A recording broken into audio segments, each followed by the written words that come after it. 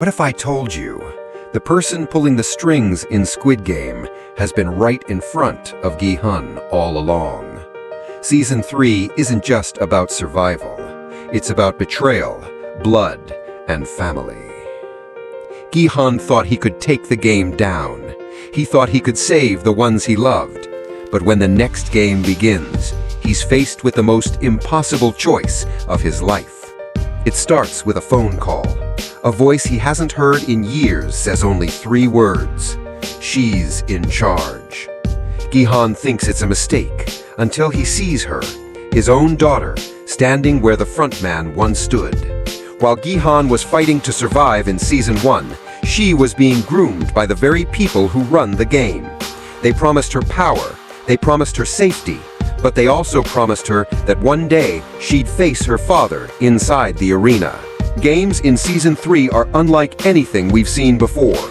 No simple red light, green light. This time the games are designed to break people emotionally before killing them physically. Gi-hun makes it to the final round, only to find out that his last opponent is the very person he's been trying to save. She doesn't flinch, she doesn't blink. And when he hesitates, she whispers, "Only one of us walks out." Gi-hun, fueled by revenge, steps off the plane, determined to burn Squid Game to the ground. But the moment he sets foot back in Korea, the game has already begun. New frontman has taken control. The games are deadlier, the rules more twisted, and the audience watching from the shadows is hungrier than ever. Gi-hun infiltrates the underground once again, believing he can end it from the inside. But then, the mask comes off. And standing there, staring at him with cold, dark eyes, is his own daughter.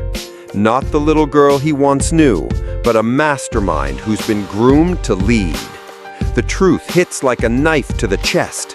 While Gi-hun was chasing revenge, the game was raising her. Every choice, every plan, every death in the arena, all orchestrated by her hand.